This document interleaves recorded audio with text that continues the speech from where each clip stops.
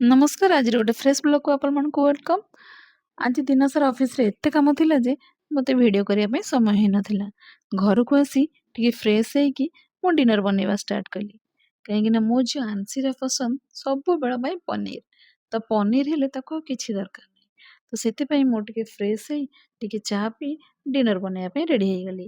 କାହିଁକିନା ଅଫିସରେ ଏତେ ବି କାମ ରହୁଛି ତ ଦିନ ସାରା ଟିକେ ବି ମୋବାଇଲ ଖୋଲିବା ପାଇଁ ସମୟ ନାହିଁ। ତ ମୁଁ ଆରମ୍ଭ କଲି ମୋର ଡିନର ବନେଇବା। ଆଂଶି କିନ୍ତୁ ଘରେ ନଥାଏ କାହିଁକିନା ଆଜି ତାର ଡ୍ୟାନ୍ସ କ୍ଲାସ୍ ଅଛି।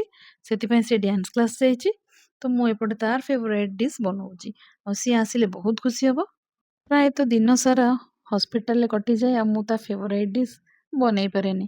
ଆଉ ଯେବେ ଯେବେ ଘରେ ରୁହେ ବା ଯେବେ ଯେବେ ମୋତେ ଟାଇମ୍ ମିଳେ ମୁଁ ଚେଷ୍ଟା କରେ ତାକୁ ଯୋଉ ଖାଇବାଟା ପସନ୍ଦ ସେଇ ଖାଇବାଟା ବନେଇବି। ତେଣୁକରି ଆଜି ଘରେ ପନିର ଥିଲା। ତ ଭାବିଲି ଶନିବାର ବି ଆଜି ଘରେ ନନଭେଜ ହବନି ତ ପନିର ବନେଇଦେବି।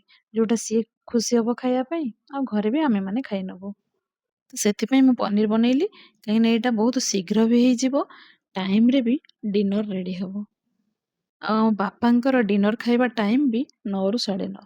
ସେଇ 9:30 ଭିତରେ ଡିନର ରେଡ଼ି ହେବା ଦରକାର, ନହେଲେ ବାପାଙ୍କ ଖାଇବା ପାଇଁ ବହୁତ ଲେଟ୍ ହେଇଯିବ। ମୋର ଅଲମୋଷ୍ଟ ପନିର ବନା ରେଡ଼ି ହେଇଗଲା। ପନିର ସରିବା ଉପରେ। ଆଉ ଏପଟେ ଆଂଶି ତାର ମେହେନ୍ଦି କରୁଛି ରାତିରେ ବସିକି। ସୋମବାର ତାର ସ୍କୁଲ ଖୋଲିବ। ସିଏ ଖୁସି ହଉଛି ଯେ ମୁଁ ଏବେ ମେହେନ୍ଦି କଲେ ସୋମବାର ମୁଁ ସ୍କୁଲରେ ଗଲେ ମୋ ସାଙ୍ଗମାନଙ୍କୁ ଦେଖେଇବି ଯେ ମୁଁ ମେହେନ୍ଦି କରୁଛି ବୋଲି। ସିଏ ଏପଟେ ମେହେନ୍ଦି କରୁଛି ଆଉ ସେପଟେ ମୋର ଖାଇବା ରେଡ଼ି ବି ହେଇସାରିଲାଣି। ଆଉ ତା ଭିତରେ ସେ ମୋତେ 5 ଥର ଖଣ୍ଡେ ଡାକିଲାଣି ଯେ ମାମା ଆସ ମୋ ହାତରେ ଟିକେ ମେହେନ୍ଦି କରିଦବୁ। କିନ୍ତୁ ମୁଁ ଯାଇପାରୁନି କାହିଁକିନା ମୋତେ ଟାଇମରେ ଡିନର ସାରିବାର ଅଛି। ତା ସହିତ ତାର ହୋମୱାର୍କ ବି ଅଛି। ତ କେତେବେଳେ ଏସବୁ ସାରିବି?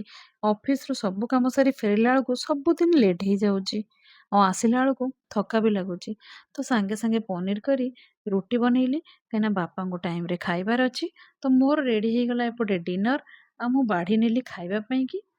ବାପାଙ୍କୁ ଖାଇବାକୁ ଦେଇ ସାରିଲା ପରେ ମାଙ୍କ ପାଇଁ ଚକୁଳି ବନା ହେଲା କାହିଁକିନା ମା ରୁଟି ଖାଇବା ପାଇଁ ପସନ୍ଦ କରନ୍ତିନି। କେବେ କେବେ ବହୁତ କଷ୍ଟରେ ସେ ରୁଟି ଖାଆନ୍ତି, ନହେଲେ ଘରେ ପ୍ରାୟତଃ ଆମର ଚକୁଳି ଆଣ ବଟା ହେଇକି ଥାଏ। ତ ମାଙ୍କ ପାଇଁ ଚକୁଳି ପନିର ଆଉ ଆମେ ଖାଇବା ପାଇଁକି ରୁଟି ପନିର। ଆଉ ଦିନ ସାରା ମାଙ୍କୁ ବି ସମୟ ହୁଏନି କେତେବେଳେ ଟିକେ ରେଷ୍ଟ କରିବା ପାଇଁ କାହିଁକିନା ମୁଁ ଯେହେତୁ ପଳାଏ ସେ ଆଂଶିକୁ ରଖନ୍ତି।